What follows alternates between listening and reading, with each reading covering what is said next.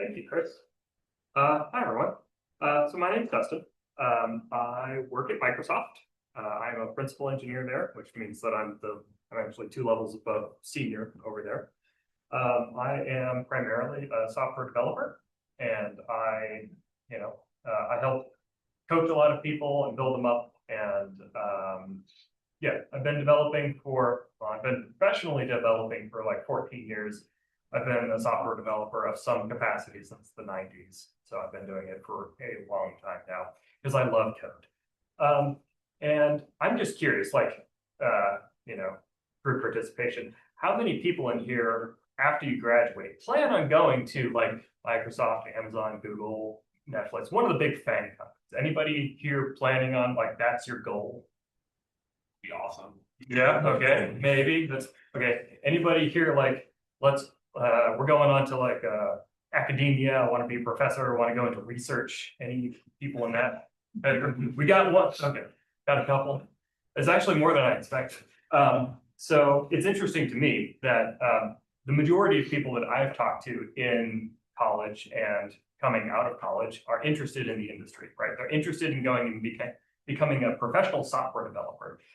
And yet we spend a lot of time talking about computer science, which is related, but I'm going to try to make an argument today that I hope changes your perspective.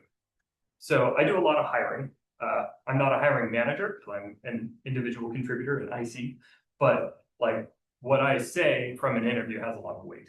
And so when I evaluate somebody and I say, probably not, which is the majority of cases, that will probably stick. So even though I don't have the final say, I have a lot of say. So what am I looking for, right? Like here's where it gets useful, right? If you're planning on doing interviewing, if you're interviewing with one of the big companies, which I've interviewed for Microsoft and eBay, as well as, well, done plenty of other things to give me experience in this. How can you maximize your time in that interview? How can you best demonstrate what you have to offer? And so here's the idea that I want to present. I'll try and put it in academic terms because we're in an academic setting. Let's just call this I. And I is your individual ability. It's your ability to code. It's your ability to read documentation. It's your ability to go through like, oh, I know 4 different languages or whatever, right? It's your experience, it's your knowledge. And there is something else, and we're just going to call it M. M is your force multiplier. M is your team multiplier. And what this means is that your value to a team is not just based on your individual contributions, but also your multiplier times the team's score, right? What they can currently do, their capabilities. Now, let me tell you a story. It's not really a story. Let's say that your average developer, doesn't matter if they're 1 year of experience or 30 years of experience, your average mean developer has a score of 1 here. Let's say that I'm decent, right? I'll put my score at a 2. But I'm also going to put my force multiplier as a 2. There is another person on my team, and he's a rock star. He's amazing. I'm going to put his individual score to 5. He is as good as 5 developers all by himself. And his force multiplier is 0.6. Now, if the team size was 0, this would obviously be the better choice, right? He'd be working by himself, he'd be as good as 5 developers all by himself. And this force multiplier, 0 times 0.6 is 0, we're fine. My 2 here doesn't mean no good. There's no team to build up. That team of 0 means that my total score is 2 and his is 5. But I don't work on a team of 0 or a team of 1. I work on a team of 20. With 20 people, now this 2 gets added to 40, and his 5 gets added to But if we make this a 0.5 instead, it gets added to 10. Now I am the obvious choice. And this is a real situation. This is a real guy that I'm talking about. And I'm a level 67 in Microsoft, and he's like a level 62.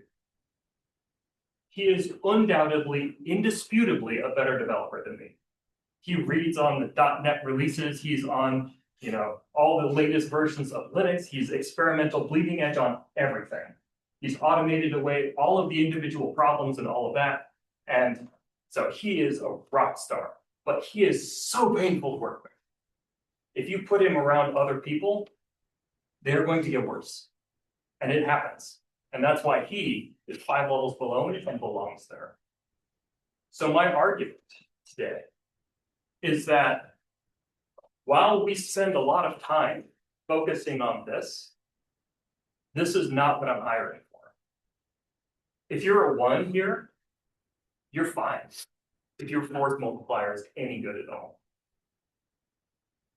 And so what can we do to improve this force multiplier? Oh yeah, and if your individual score is a 0, that means your management.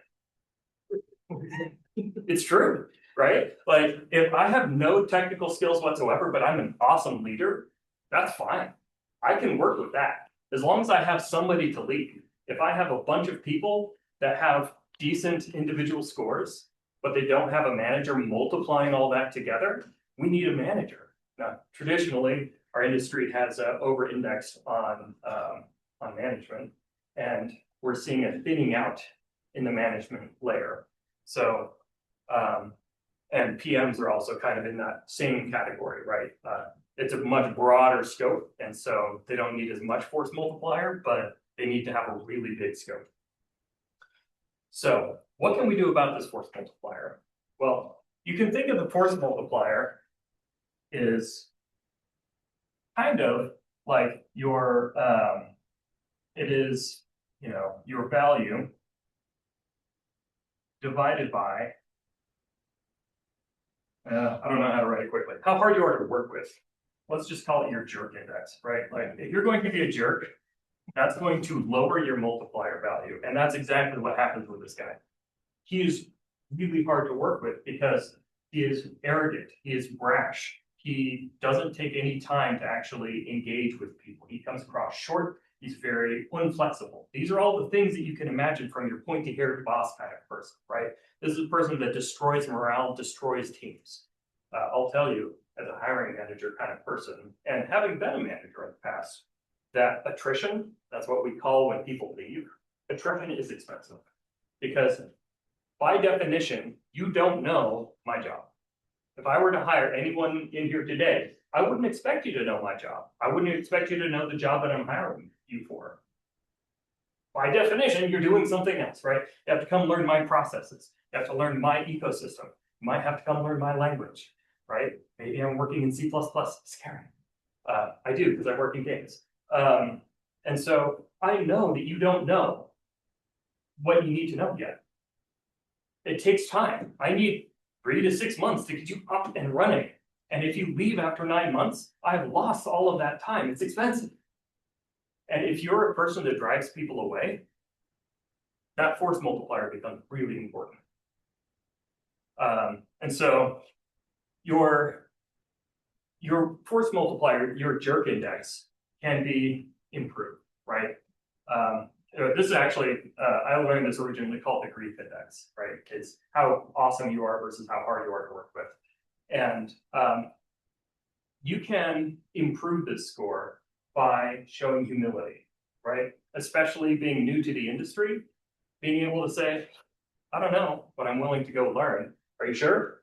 I think so, but let's talk about it, right? Not being brash and arrogant. I have a friend, another friend. The scores are slightly different than this, but they're leaning closer to this side. He's been a developer for 10, 12 years. He's a senior developer. He's worked in 12 different languages, and he's been out of work for the last 6 or 8 months. The job industry, the market right now is really aggressive. It's really really tight right now. There's not a lot of jobs. It used to be that if you had a pulse and knew how to use a computer, they would take you on. Not so much anymore, right? They're becoming selective. There's a lot of people out of work. I don't know if that's going to improve or not, but it just means that this is becoming more and more important. What are some other things that you can do to improve your force multiplier? Things like curiosity. There's a person that I interviewed about a year ago, and I hired him because of his curiosity. His technical skills, 0.6, right? Not a great developer, rusty, but that was okay because he was being hired for a manager position. We wanted to see, could he lead this team? This team of 6 or 8 people needed leadership, needed structure, and his curiosity boosted this multiplier to the point that he was the best candidate. Even though we had another candidate who was a better fit or a better technical person, he had more relevant technical experience, he was a better developer, did better on my interview questions, but he didn't have the curiosity. He didn't have the personality about him that we needed from a leader. So curiosity, levity. I've been reading a book recently. It's talking about humor in business. Levity, the ability to get people to smile, right? The ability to get people to like nod along. All right, I like this. This is great. That is going to breed confidence in other people. That they're going to rate you higher on your confidence and your ability and your likability and all of these things. Just, you don't have to be a jokester, but like being comfortable, smiling, getting people to laugh, that's a huge superpower, and it's going undervalued, I'll say. People don't expect that it's going to be valuable. So I guess at this point, I'll ask, are there any questions? Yeah. So you're saying people skills, very important. Yes. People skills, but not in like the, what's the word I'm looking for? Not the manipulation kind of people skills, right? I'm not looking for a dictator.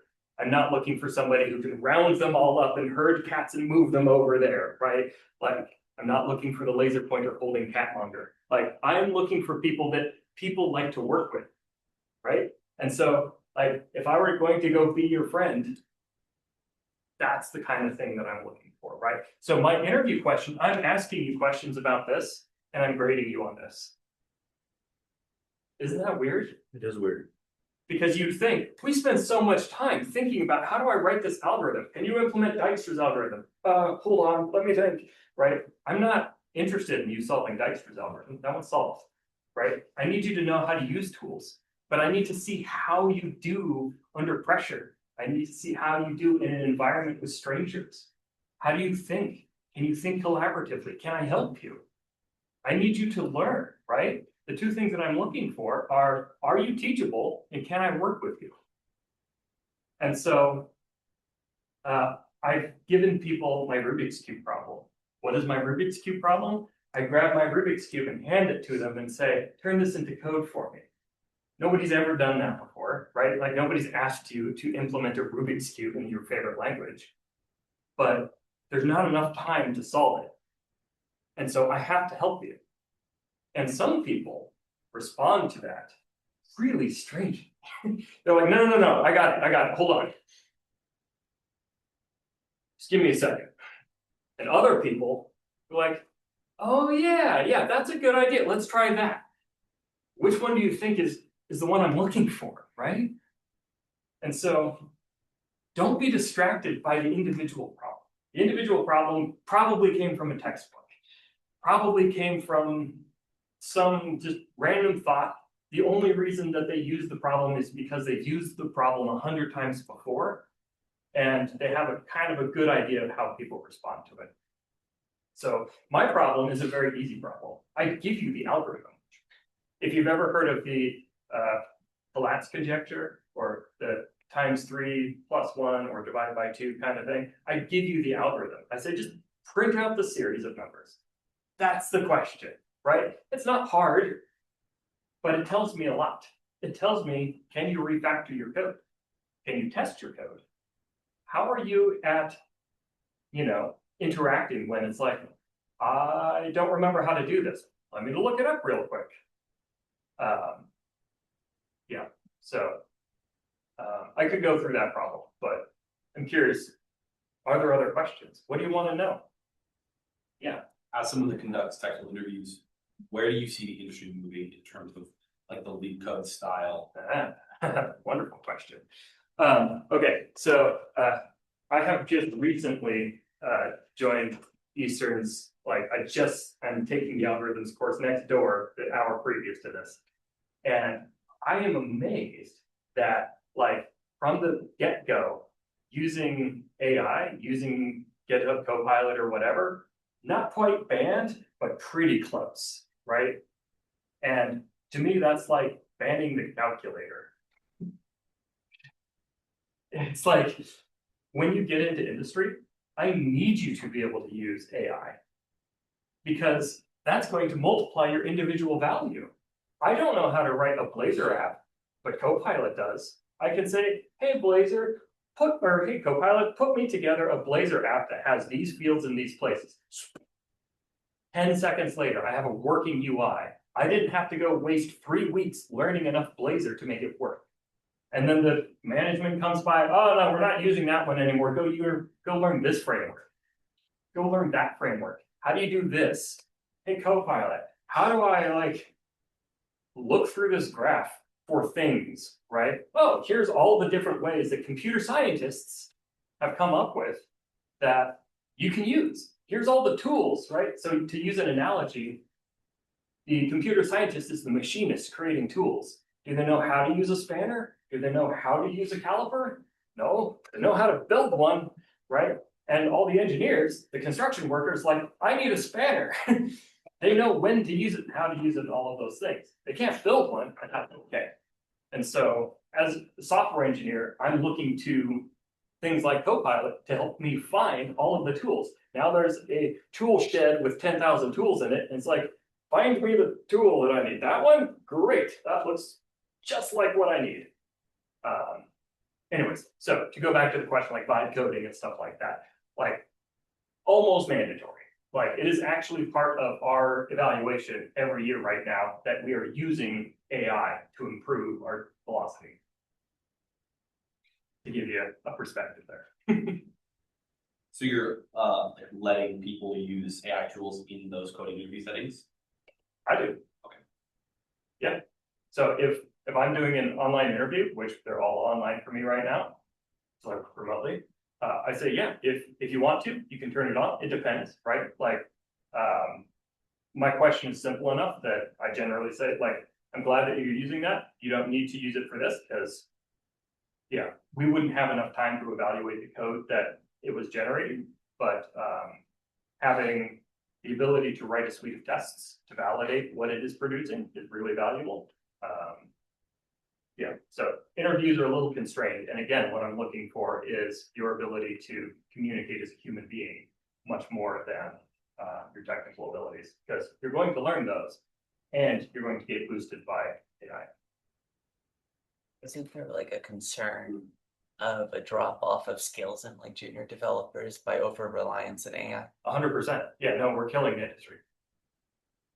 I don't know if software developers will still be around in 10 years. Because there's no longer going to be a path to get from junior to senior. Are there any plans in the industry to combat that? No, we're driven by money, right? Like the industry is driven by market. And the way you win in the market is you get to market faster. Like, no, it looks really bleak. So I apologize if I'm not inspiring hope on this one, but like, no, I think it's very problematic. And things like XAI doing their macro hard project where they're trying to replace the entire company with AI. If they succeed, they win at the market and they destroy the job market entirely. It just goes away. Yes. What about cybersecurity? I'm not the expert. Chris knows much more about cybersecurity than I do. That said, things like quantum computing are going to throw a wrench into cybersecurity. in that it may just solve the problem. It may be physically impossible to break the security and not just like, for all intents and purposes, impossible to break the security. It can evaluate all of your security vulnerabilities much faster, right? It knows all of the attacks that have happened. It can learn all of the research about, here's the CWEs that have come out in the last 6 months, and here's what they look like in C++ or C# or Java or whatever. Here's all the most common vulnerabilities in a web application. Did you plug up this one, this one, this one, this one, this one? It knows all of those things and can evaluate your implementation and not just your design spec and see if there's flaws. I don't know. I can't predict the future. You mentioned that software engineering is kind of like one aspect of computer science. From your perspective as a software engineer, what do you see as like maybe traditionally your software engineer roles shrink? What do you see potentially expanding, or would be something interesting to look forward to in the future relating to that? Like, what could you use computer science degree for if not for software engineering? Or what do you think is like, if you were in our shoes, someone that is about to be a junior software engineer, potentially that not existing, where would you recommend putting resources or spending time doing or looking into? Got it. Okay. So I had thought about this kind of question as well. And if you're the kind of person that freezes up in interviews, which there's a lot of people who do, where they're just like, let me get to the board real quick, and they lose all their humanity. Think of something like improv, right? Go do something else entirely. My degree is not in computer science. I got a degree ages ago, 20 years ago, and it's in psychology. Of all things, I became a principal software engineer with my first computer science course starting 6 months ago, or 3 months ago in September. So, like, being a decent human being will get you a lot farther. That said, this is not specific to computer science or software engineering. This is true in any field. It does not matter. If you work with human beings, which the vast majority of us will do, this multiplier is going to matter much more than your individual skills. And so whatever you can do to build those up, right? So this class, as far as I know, has you working in teams. That's amazing. Use that, leverage that, right? This is going to give you answers to the questions of, tell me a time when you were had to resolve a conflict with a person, right? Tell me a time when you had to work together with somebody to get something delivered, when you had to compromise, right? You now have answers to those questions, even though you've not been in the industry. It's great. Having life to you, having some kind of charisma to you, where you're comfortable in front of a group of strangers, where you're comfortable in front of somebody who holds your career prospects in their hands, right? Yes, get good, right? Become a decent software developer, but not at the expense of your humanity. Try to find a way to build that up. Try to find a way to, increase your humility, increase your curiosity, decrease your arrogance, all of those kinds of things. There's a bunch of, I'm sure there are ways to improve this score. I haven't thought of all of them yet. The big ones that I'm generally looking for are humility and curiosity, but I'm sure there are more. And highly caffeinated. Be highly caffeinated. No.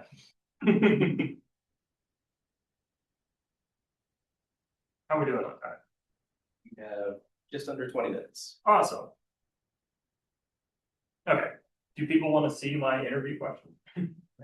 Okay, we'll do that. Okay, so we can erase my name. I can be nameless. All right, so I give you, I have it all written out elsewhere, but if n is odd, n times 3 plus 1, else n divided by equals 2, right? So that's the basic premise of the problem. And I say, print out the series, and I give you the example. I say, if I give you 5 as the input, I expect 5, 16, 8, 4, 2, 1. you should be able to code that in minutes, right? It should take you 3 to 5 minutes to write something up. First thing I'll say, if you're doing an online interview, have a developer IDE set up and ready with your favorite language, like have a project already there that compiles. Losing 10 minutes to try and figure out, oh, I don't have VS Code set up on this machine, it's my laptop or whatever. Like, do your interview on a machine that you can develop on, especially for technical interviews. So I give a sample like this. Most common problems that I get, most common mistakes that I see. First is they say, 5, 16, 8, 4, 2, 1. Perfect, I got it done. No, this is not this. I gave you an example output and you printed them all on separate lines. Oh, wait, I see. Okay, my mistake. I got it this time. Okay, so we'll do 5, 16, 8, 4, 2, 1. You've got a trailing comma over there, right? Like these are simple problems, but they tell me a lot about how familiar you are with coding. And so you can imagine there's 2 ways of solving this problem, right? You can do the iterative approach or you can do the recursive approach. Either one works, I don't care which. And as soon as you write that out, what you'll see in a lot of people's implementations is, if n mod 2 is 0, print n, and then n divided by equals 2. Right, so you can imagine some piece of code that looks something like that in whatever language. And then I say, okay, how do you test this? Do I like monitor the standard output? What? No, we're going the wrong direction. In order to make this testable, I don't want you to print things in line. This isn't a function about printing things. This piece of the function is about generating a series. Maybe I want to use that series as an input to something else. Maybe I want to store it in a cache. Maybe I want to do something else with it. This shouldn't print things in line. This should be returning it. It should be adding into a list and returning it so that I can validate it. So when you start implementing something, ask the question, if I had to write a test about this, what would it look like? Because at least if you get me as an interviewer, that's question 1B. Okay, write a test. And when you're writing tests, I'm going to see, do you understand test cases? Like, you try 5 and it looks good. Awesome, as it should. Then I ask you, okay, what if I give you 1? You print 1, 4, 2, 1. You put 1 comma. You put nothing. Right? That's an important test case. What if I give you 0? 0 is a positive number, but it's not valid to this algorithm. I actually specify that any number greater than or equal to 1, so any number greater than 0, will eventually reach 1. That's the collapse conjecture. And now, these are good test cases, right? The sample input, a base case, an invalid case.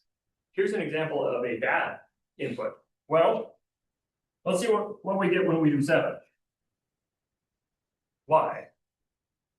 Is there something that's not covered in this case that you're covering with 7? You just duplicated your test effort with no value. What are you going to do? You're actually going to run this, see what the output is, and then call it your answer. That's not a valid test case. So that's part 1 of the question. Part 2 of the question, what if the conjecture is wrong? Right? I specify that it will eventually reach 1, right? That's Platt's conjecture. It's not been proven, it's still a conjecture. But almost everybody everybody implements this by saying either while n is not 1, or in the recursive case, if n is 1, return, right, is your base case. Okay, how do you prevent an infinite loop? Now you have to think. Well, what does an infinite loop mean? And this is often, especially for junior engineers, where I end up operating help, right? Well, imagine that you have some number x, which goes to x2, which goes to x3, yada, yada, yada, and then back to x. This is a loop. We'll never get 1, right? Some people go into a weird direction where it's like, well, I bet if it takes more than 4,000 steps, it's probably never going to terminate. It's like, where does that number come from? Well, if this program has been running for an hour, it's probably not going to terminate. You don't know that. You could be working with billions of digits. You don't know, right? But this is something that you can measure. This is something saying, if we hit a cycle, we're never going to escape this loop. And so I give them that piece of information. What do they do with it? Well, some people will say, well, I'll just put every number that I see into a list. And then if that number's in the list, I know I'm in a loop. And I say, what's the runtime of that? It's atrocious. It's horrifying. Have you ever heard of a set? Please use a set instead. There's ways of doing this, right? And so knowing the difference between a list and a set shows up there, right? And so we get through all of that. I say, great, write a test for it. Well, how do you write a test for something that isn't even proven? Like if I could, do you have a number that has a loop in it? No, if I did, I'd go get a Nobel Prize. Like, no, I don't have one of those. How do I test it? You test a specific case where, for example, you have no numbers, like you test the easiest case to try first. I'm not sure I understand what you mean. So like, for example, if you were given like a set of numbers that were null, so you have no actual numbers itself, you could start with testing for validity from those numbers. Okay, so maybe let's make it slightly more concrete, right? Because I'm thinking about it from a practical standpoint rather than an abstract standpoint. Okay. So we've got like collapse. And it's going to take in, and you're going to presumably have some kind of set of integers called seam. And then while n is not equal to 1, we'll do it more tersely. We'll say, and also like list result. Yeah, exactly. Like List. we could test if n is greater than or greater than 1. So we could test that n is not 1 or anything lower than 1. So if we had, say, 7 goes to 22, which goes to 11, which goes to 34, which goes to 17, which goes to 52. Like, there's no pattern. You can't say less than is valid here. I'm saying like n. So like as you're iterating through Mhm. or recursing through, making sure that n isn't 1, Mhm. so that it doesn't break the pattern or break the iteration. So that Okay. could be one of those cases we test for to see if n being 1 would break it, and if the behavior breaks it, we could deduce that it is probably working. If the behavior that would probably break it in a practical case breaks it in our test environment. I see. So earlier we had our test cases like 5 and 1 and 0 and things like that. I'm asking for a different test case. So we're going to add n. We're going to, seam dot add n, and then we're going to say n equals n mod 2 equals 0 question mark n over 2 colon n divided by 3 plus 1. Right. And so I want to know, like, actually, imagine that I have that.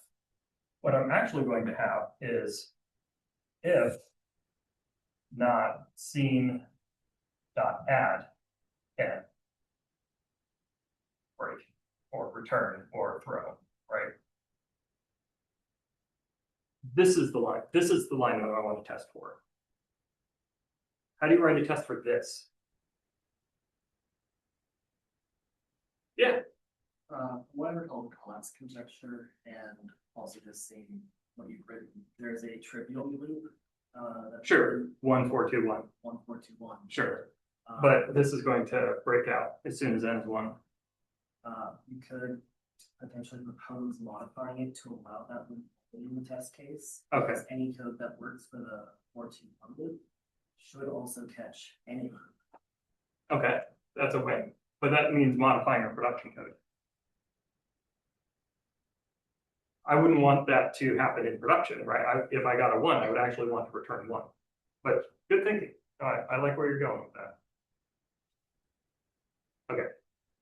Could create like a dummy version within the test code, so you're not Sure, messing with so, prod code. yeah. Or pound is defined, or whatever, right? You could do something like that. Okay. Anyone here worked with dependency injection? Okay, Specifically with Windows programs. sure. Dependency injection is not specific to an environment, though. What if I pass scene in here? Well, wouldn't you have to return scene? Like, because it's a parameter, you have to do something with it. Good. I do that. Now it's here. Now, in the default case, I hand you an empty scene set and it works just fine. In my test, I hand you a scene set which already has 4 in it. Now I give you 8, 4, oh, got a duplicate, we've got a test. So we can use dependency injection to make this test. Now I work for a quality org, I care a lot about testability. And so, you know, that's part 2, right? And a lot of people make it roughly to part 2 before they run out of time. Actually, my litmus test to see if somebody's a junior, a mid-level, or a senior is to see how far they make it through this problem. There is a part 3. Part 3 is, imagine that I want to optimize this for runtime. Now, optimization aside, what I'm actually looking for is, you know about caching, right? Because let's say that, you know, we had 5, 16, 8, 4, 2, 1, and then we ask about 7. Well, at some point, it's going to see, you know, 52, 26, 13, 7 is one of the longest ones. It will eventually hit 5, and then we know the answer from 5 to 1. And so can you cache that 5 has this series, and 7 has this series, so that when you see it again, you know, will it produce the right results? And guess what my follow-up question is? How do you test it, right? At this point, if you haven't guessed it in my interview, then it's problematic. But like, you're going to have some kind of map, some kind of cache from integer to string or something like that. Could you store it like an object? Like as soon as you come across it, you kind of turn it into something like a tuple, an array, something like that, and store it for later recall? Yeah, I mean, you just have a map of int to string.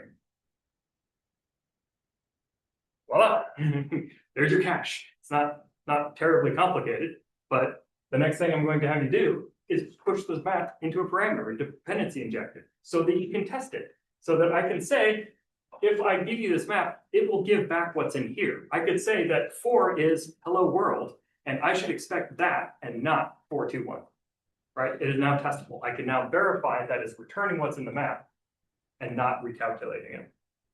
So that's a view into my interview question, right? And we went through it super fast, but at the same time, this is not a hard problem, but I'm covering a lot of ground. And what I'm looking for is, how are you solving the problem? Not can you solve it, not a hard problem, but I want to see, do you interact with me? Do you converse with me? There's a lot of people who think that I'm like hiding something. Like, well, could you specify the runtime requirements of this? No, it's some weird recursive, I don't know how to even describe what the runtime is of this. Are there space requirements? No. I think the SAT has kind of put us into that corner where Mhm. we have all taken standardized testing to the point where like, this There's- has to be a trick. There's a trick It's in too here easy. somewhere, exactly, right? And there are interviewers who do things like that. I have a question where I give you just too little information to actually move forward. You can implement what I'm asking for, but it's just begging for more questions. I've steered away from that problem because that's not what I'm looking for. I'm not hiring a PM, I'm hiring a developer, right? I'll let the PM go gather all the requirements. I want to see, can you refactor your code, right? after you write out your implementation, which you can see, like a good implementation ends up being like 6 lines of code. Can you change it? Can you move this up here? Can you change this into a recursive algorithm? Things like that. And do your tests still work? Because I want to demonstrate to you that we wrote the test for a reason so that we can refactor it. If code never changes, it's dead. And so the only way to make low risk changes is to have a test suite that you can use to validate that the observable behavior hasn't changed. So that's a sneak peek into my interview question. And I try to be as forthcoming as possible and just let people know there are no hidden tricks in here. This is as simple as you think it is, right? They still don't believe me. It's weird. Okay, I'll do another round of questions. Any other kind of follow-up questions or curiosities?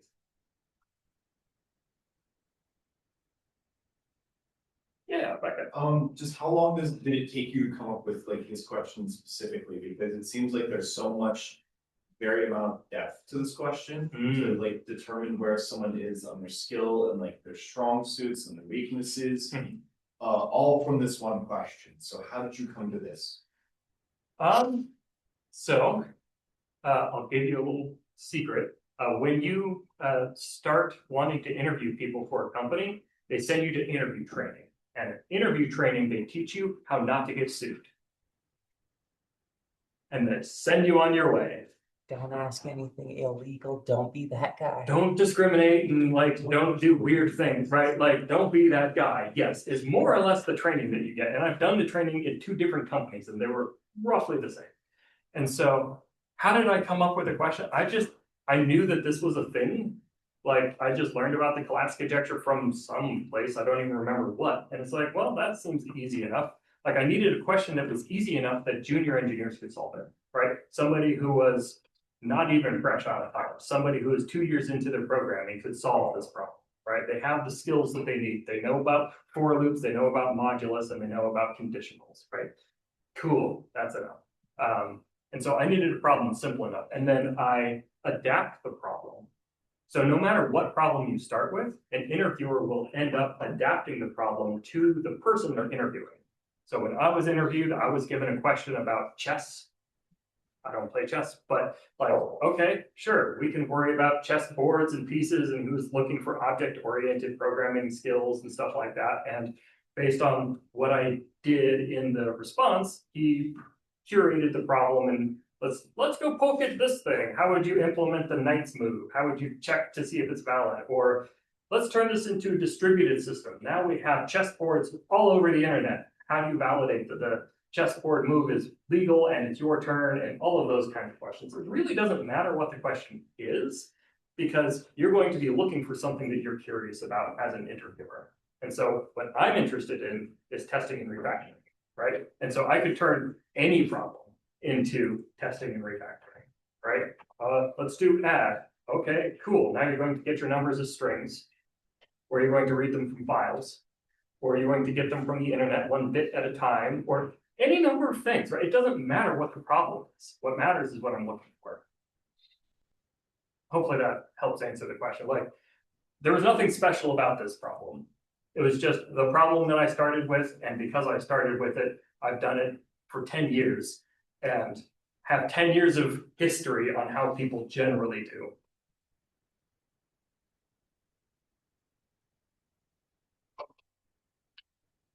Yes. Kind of a random question, but as an IC, like you're not a hiring manager. So how does the process work? Like, are you just working and then they send you a message like, can you do an interview? Like, how does that work? Sure. So normally what happens is you all end up working with a recruiter. The recruiter works with the hiring manager to set up a scheduling, like interview schedule. And they ask, the hiring manager will ask their team, hey, who all is available to do an interview? And normally it's like, hey, are you available to do an interview? Not like anybody wants to do one. It's like, no, I need somebody who knows distributed programming to ask this guy distributed programming questions. Cool. And so that gets put on a schedule. I get added into like a 1-hour interview block and yeah, more or less like that. And then we'll provide feedback if we need to, we debrief, but more often than not, the decisions are unanimous. It's kind of surprising, actually, like, okay, we're hiring an SE2, did this person hit the bar? And no hire, no hire, no hire. No need for a debrief, on to the next candidate, or hire, hire, hire. Wonderful, we'll get we'll get an offer out. The occasional hire, no hire, hire. Okay, now we need to go talk, what did the no hire see, right? Because maybe that was their team fit interview. Maybe that was their distributed programming interview or object-oriented programming or whatever it is that you're evaluating. A lot of times they will give interviewers, like the hiring manager will give technical focus areas.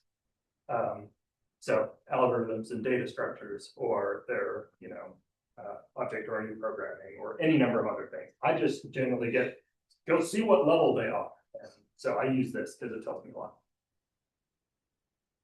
We are out of time, unfortunately. Hey, I made it. Cool. Awesome. Well, thank you, Dustin. Yep, if anybody would like to see my GitHub or have my contact information or whatever, reach out to Chris. He knows how to get a hold of me. And yeah, thank you again for your time. Thank you.